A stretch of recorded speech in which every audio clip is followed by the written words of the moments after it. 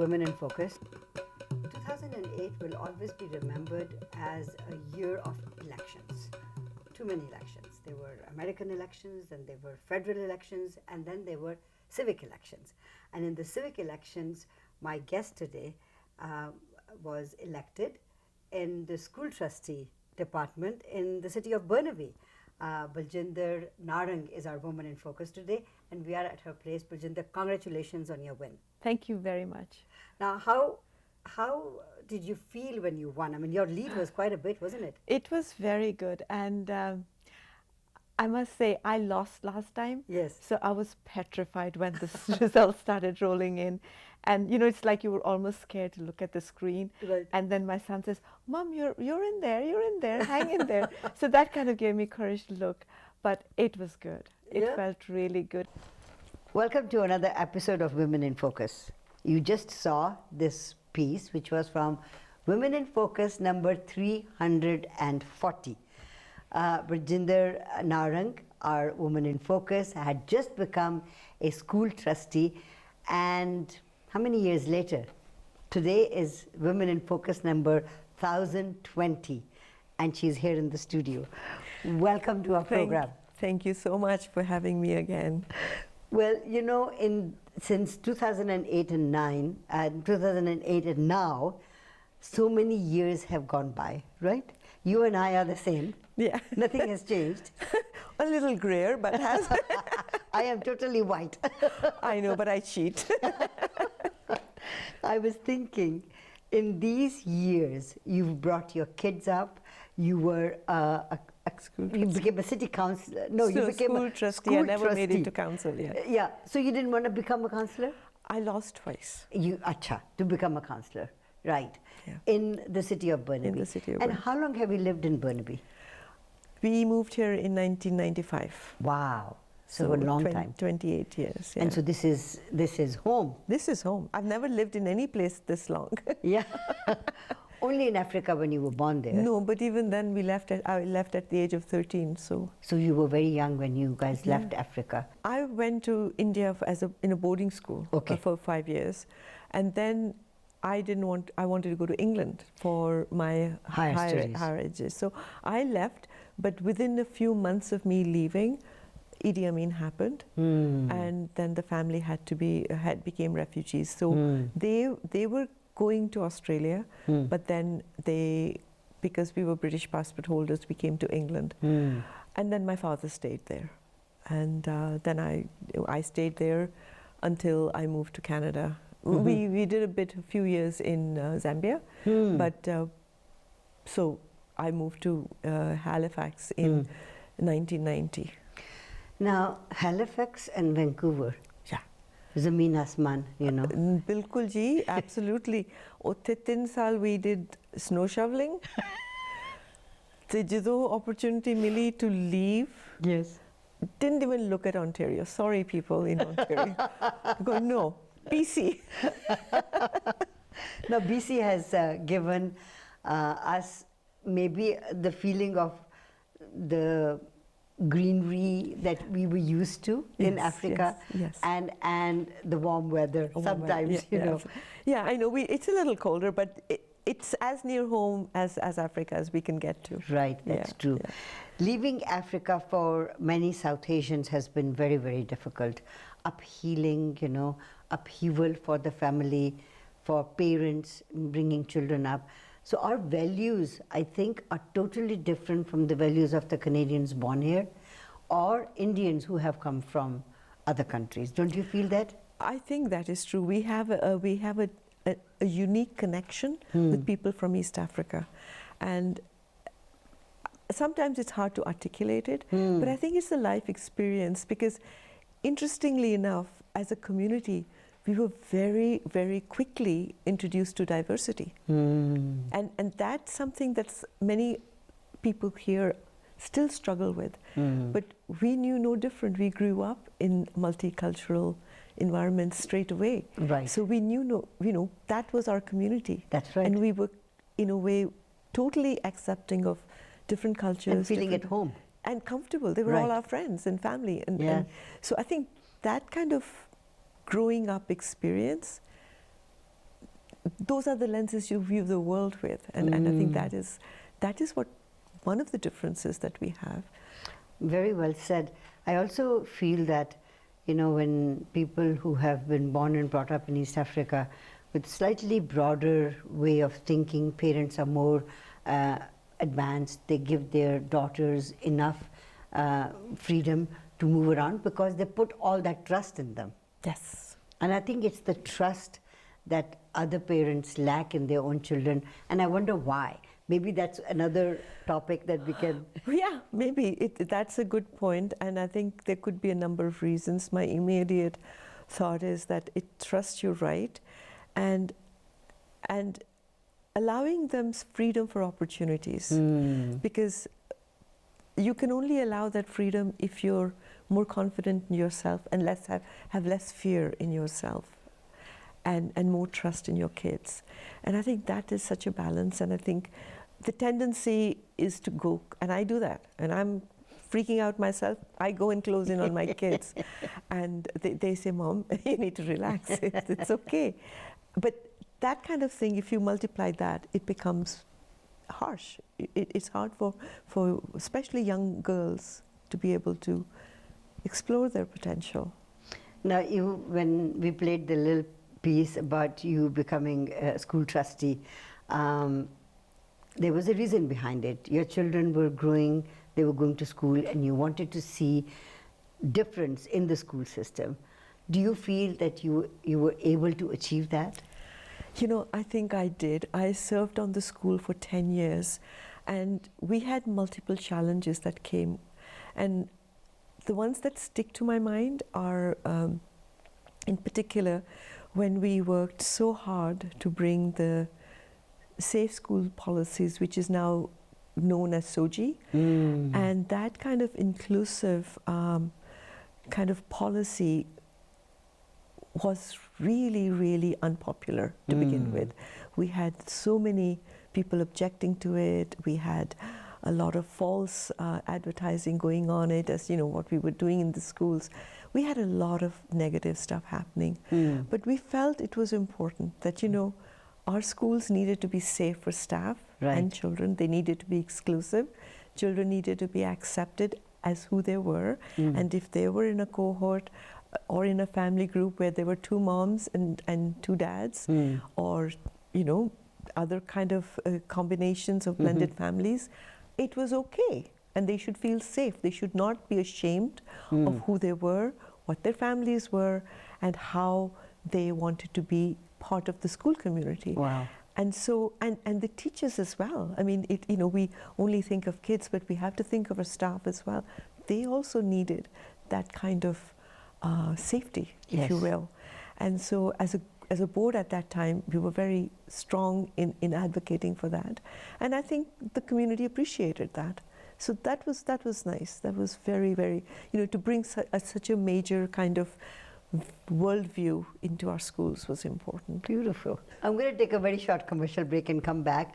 And I wanted to make a statement before I go to the commercial break. There was a time your kids were known as Baljinder Narang's kids, and now you're known as Baljinder Narang's mother. That's true.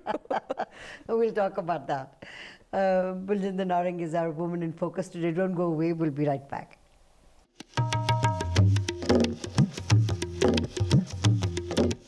Welcome back to Women in Focus. Baljinder Narang is our Woman in Focus today. We were talking about you and your kids. How many kids do you have? I have 3. Okay. I have 3. 2 boys and a girl? 2 boys and a girl. My eldest is Preeti, who has just completed her PhD from the University of Toronto, and we're kind of really impressed with. And then my son Barinder, that you mentioned, he's a family physician in East Vancouver and Burnaby. Right. And my youngest is a CA, and he's working for Lululemon in London, England. Oh, wow. London, England. Loji. Loji, exactly. He goes and tells them, I have a British passport, I want to work in England. Work permit da koi chakkar nahi hoega. I love that. Now, you're talking about your daughter. She just finished a PhD. What is she specializing in? So her background is she's a behavior analyst and specialized in working with children with autism. And her PhD is focused on training the educational assistants who work with these kids. And so she's done a lot of research on that and brought out models that are culturally sensitive, and she's obviously succeeded in creating new knowledge and is doing really well. Yeah. Have you must have talked to her about this, and when I'm interviewing people or talking to people and find out that there is a huge number of cases of autism that is coming out, and we would like to find out where does this stem from. Is it the food that we eat? Is it the environment? Are these genetic? So there must be. It's a field which probably she is fascinated about. She's fascinated, and I think, to answer your question in a word, I think there are multiple factors, and there isn't any kind of cause and effect idea, but I think there are multiple factors that need to be attended to, and it impacts children in many different ways. And I think that's the bit that a lot of people don't understand, and many times people seek help a little too late, and there is still a lot of stigma. I mean, how do we get away from that? And people don't say, and kind of the idea, "Vadao ke theek ho jayega." Right. That is probably true. Yes, it does make a difference, but we can help these kids right from the get-go. And not only the kids. I feel a lot of compassion for the parents who are having to deal with, because it depends on how mild or how severe the syndrome is. It's a spectrum. Depends on where you are on that spectrum. But it is challenging, and I think that's why a lot of research is needed, and a lot of education is needed, because there's a lot of misinformation about it in the community. And I think the more we can raise that profile, the easier it will be on all the communities. Don't you feel that in today's day and age, and I'm sure this could have been possible and a fact many years ago as well, when television first came up, now we've got social media, that it spreads more fake news and misinformation than anything else? It does, and I think that becomes a real hard, and I think you could look at it in any field actually. Yes. Even, I mean, we're coming out through COVID, there was so much misinformation about that. I think it's people who choose to spread this information may not necessarily be trying to cause harm. They are presenting their views in such a forceful way that a lot of vulnerable people buy it. And when they buy that kind of misinformation, they believe it, and then they start acting on it. And I know when you mentioned my son Baljinder, his main focus over the COVID period was to try and educate people on this and remove this fear of vaccination, because a lot of the fear stemmed from misinformation or ungrounded fears that the physicians are in a good place to be able to address. So, I mean, there are bad players, don't get me wrong. There are people who purposely want to spread fake news, but there are other people who are doing it without even knowing that they are. And that I think is actually even more harmful. Right, because they have their own audience, their own kind of followers. They do. And that's very disturbing. It is. And I know in our previous interview we've talked about this in 2008, but I would like to find out, how did you meet your husband? Because he's a doctor, isn't he? He's a doctor. It was arranged marriage, Sushma ji. Was it really? It was. And it was arranged in England? No. He worked in a... He graduated from Amritsar College, the medical college in Amritsar, but he was working in a village. And when my Masi got married, her husband was invited to some families, and he saw him there. No, he was. I just saw his picture. I went to India, and I met him, and I kind of said, okay, you know, if this is the way it's going to happen, then so be it. It was weird, but no, it was arranged through this mutual friend. We exchanged pictures, and my grandfather in Ludhiana went and met with the family, liked the family. And it's interesting, my husband's parents he's the youngest in his family. I think he's got 3 sisters and 3 brothers. So he's this, the youngest of 7.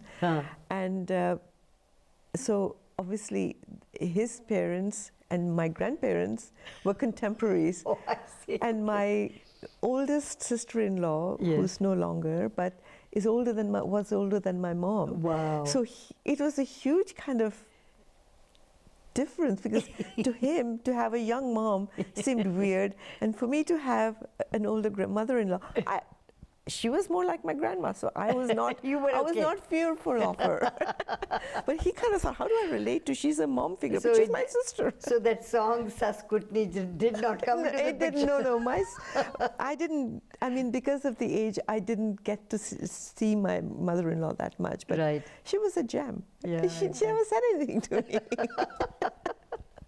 We are talking to Baljinder Narang, who is our Woman in Focus today. We'll take a short break, and I want to come back and talk to you about what you're doing. Since 2008, you've been helping seniors get into a comfortable place. So let's talk about that after this. We'll be right back. Don't go away.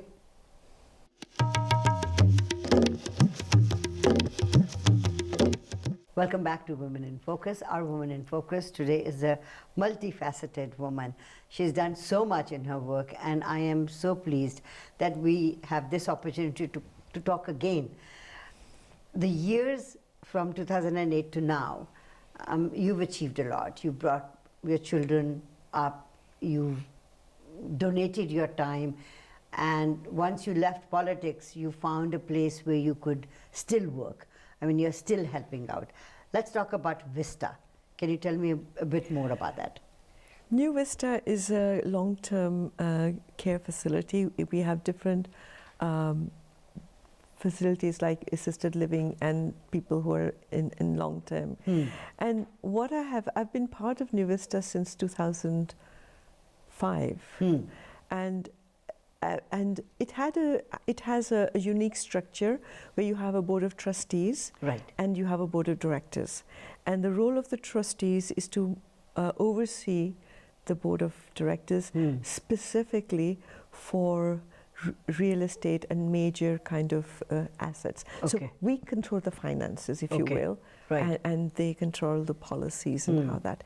And Ernie Winch was the founder of New Vista, and in his time he felt that kind of dual overseeing role of a trustee board was important and necessary, and so we've stuck to it. And now we're trying to move and say, let's modernize the program, and so we're now trying to merge the two together, because now there are so many kind of overseeing structures already in the board structure. So we don't need that extra layer, and sometimes that extra layer could have slowed things down or hindered some of the initiatives that might have come about. So that's one layer. And then the other layer was that we went through a process. I don't know if you've ever gone down on Edmonds, but we have a huge new building. Yes, I saw that, yes. It's amazing. And that facility is state-of-the-art facility for elders. And what is interesting about that is that one floor has been sponsored by the Korean community. So that is completely for Korean seniors who require elderly care and long-term care. And we try and make it as culturally sensitive to them as we can, taking food and dress and language and everything. So, and the Korean community has invested a lot in that initiative because they felt they needed some facility for New Vista. And so when we were building this new complex, they negotiated one floor. And, you know, I was great. I really think that was something that, again, we've got to be proud of, because that's showing, catering for needs of other people as well as our own. Was COVID very difficult time for all the seniors, the 2 years? It was. It still is, I guess. It still is. But you know, and what was, you know, you dealt with the statistics that came about, but the hardest was the morale in the buildings, because staff felt so overwhelmed with their work and often undervalued, and the pressure was tremendous. And you know, staff are also human. Yes. For them to see such illness and so many deaths happening around them, and the vulnerability to take all that home, because you know, they were also at risk and their families were at risk. Yes. It was very, very painful to go through that experience. Wow. So the morale needed to be boosted, looked at, and we needed to support them and not be critical, because they were not doing, you know, we made sure they had their training. Where do you see yourself in the next 5 years? Oh my goodness. Okay, I'll fess up, I have to downsize. And when I moved into our current house, it was a bigger house, so everything was in boxes and, you know, stored away. Now I can't do that, because what we're building now is a smaller version, a much smaller version. And so I have to tidy up and prepare for this move. And so that's one of those things that I keep procrastinating on. And but other than that, I think my husband's retired, well, semi-retired. He hopes to fully retire by the end of this year. We want to do some travel while we're seagood, and and I hope I'll have some grandchildren, because I haven't got grandchildren yet, so I'm hoping that I will have some grandchildren. All the more power to you. Thank you so much for being a Woman in Focus today. Oh my goodness, it's been such a pleasure, Sushma ji, and I want to thank you, because what you're doing for us is irrepressible. So thank you. Thank you. Thank you. Our Woman in Focus has been Baljinder Narang. Don't go away, we'll be right back.